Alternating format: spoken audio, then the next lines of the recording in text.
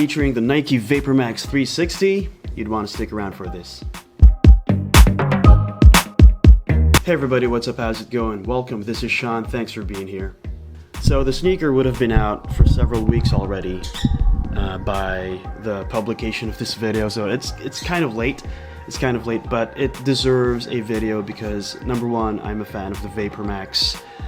Speaking of VaporMax fandom, it's a love it or hate it, it's a hit or miss sneaker. There are loyal VaporMax fans and there are people who absolutely hate it, and VaporMax can never do anything right to them. Any VaporMax sneaker that comes out is probably going to be hated by the true blue haters, but hey, hear me out.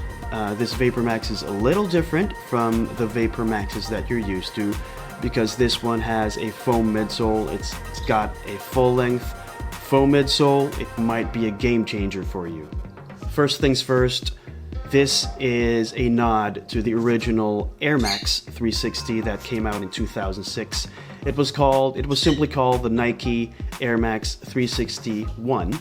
Right, because there were two others that came after in 2007 and in 2008, and they were named the 2 and the 3 respectively. This is a nod to the first Air Max 360 that came out, and that holds the distinction of being one of the first Nike sneakers that had no foam and no midsole, just the pure plastic in the air bubble and the see-through Air Max windows. You remember those old ads of the Air Max 360s where they'd show the sneaker, right, and they had a light bath behind the sneaker, and that's what you see in the picture, the sneaker and the light coming through the Air Max windows. Anyway, it was so cool, and there was nothing like that at the time, and they're kind of reviving that, but they're only using the upper this time, and they're using, obviously, a VaporMax sole unit. Okay, so let's take a closer look at the VaporMax 360. This is the black/anthracite colorway, by the way. I was looking for the red pair, the red, gray, and platinum white colorway because that's the OG color, and when it comes to sneakers, I judge it by how it makes me feel, and that has to do with a lot of history and nostalgia, etc., etc. They didn't have the gray, white, and red pair.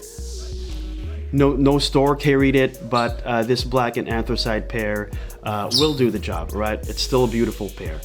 One of the first things I noticed in this black anthracite pair was the swoosh. You know, it's got that chameleon-like finish on the logo on the side panel. Kind of reminds me of the old 6110s, the Nokia 6110s of the 90s. If you're too young for that, go research that phone.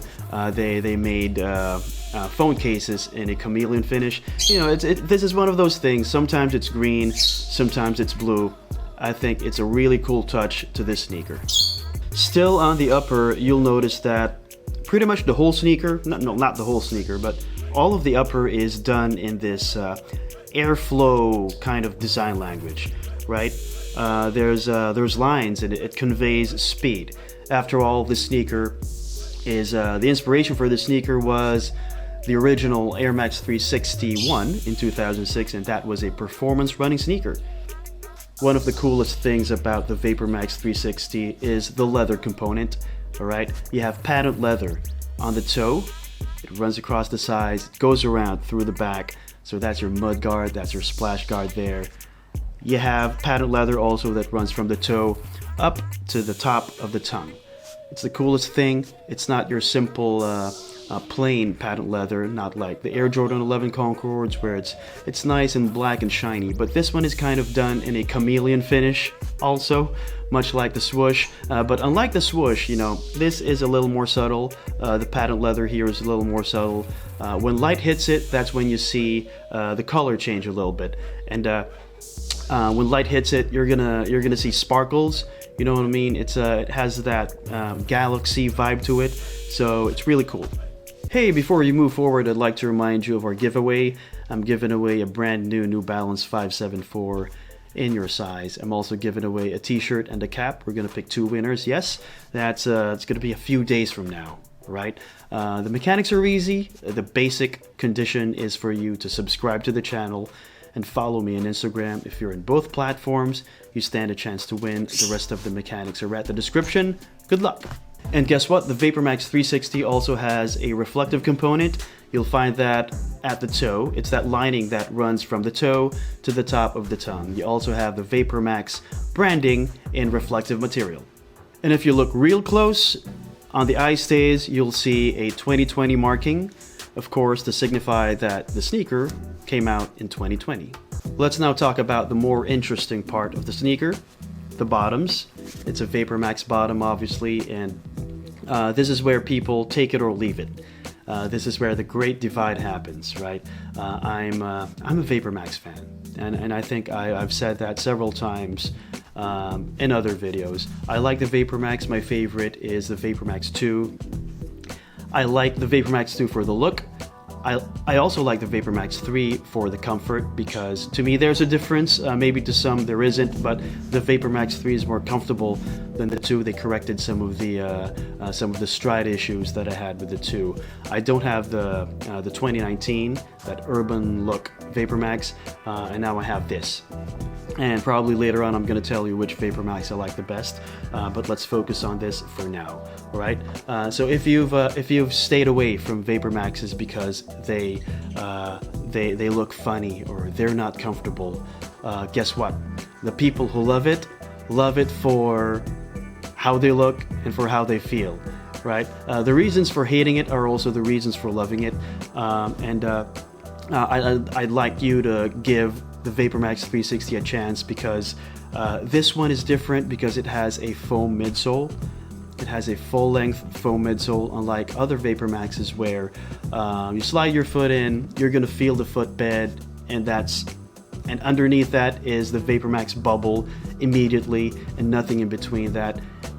So it might be a game changer, you know. The foam midsole might be a game changer for you, and we gotta appreciate Nike's attempts to make the VaporMax a little more comfortable. You know, they're listening to the people that buy their products, so I guess that's a good deal.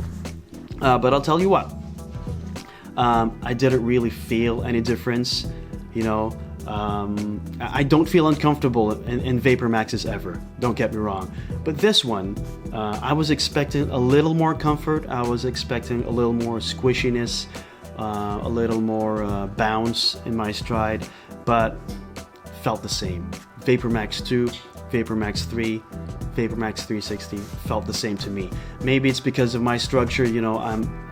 I'm 150 pounds, maybe it has something to do with it. I'm a narrow footer, and I didn't get the full benefit of the squishiness if ever they were going for that. So let's answer the important questions here, right? Am I happy with the VaporMax 360, and am I gonna recommend them? My answer is yes. Quick and easy, yes, because I'm a fan of the VaporMax line. I'm used to VaporMaxes. I have VaporMaxes and I'm comfortable in them. Okay, I like the look of the VaporMax 360 mainly because of the history and nostalgia that it gives me. I'm a fan of the old 2006 Air Max 360-1, so I get that history, I get the nostalgia, and I get the futuristic VaporMax, which I happen to be comfortable in. All right, I like the sneaker. So for you who, if you don't like the VaporMax for the look and for the feel, maybe the Air VaporMax 360 is different, right?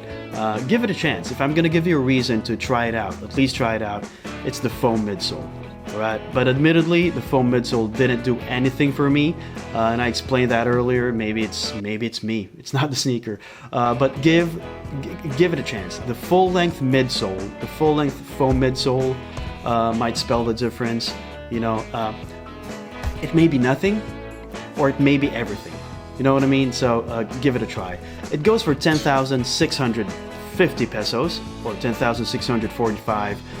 It's not cheap, but I tell you, as far as VaporMaxes go, give it 3 or 4 months. It's gonna hit the outlets. It's still gonna be expensive. They're probably gonna cut 1,500 to 2,000 pesos off. It's still gonna land in the 8,000 peso range. You can wait a few months to get to that price range, or wait a little longer. You know, it might go down to 6,000 pesos. It's never going to be as cheap as you want it to be, but you know, they're going to cut the price definitely, and it won't take long. Expensive sneakers like that, and VaporMaxes at that, they're definitely going to hit the outlets. Okay.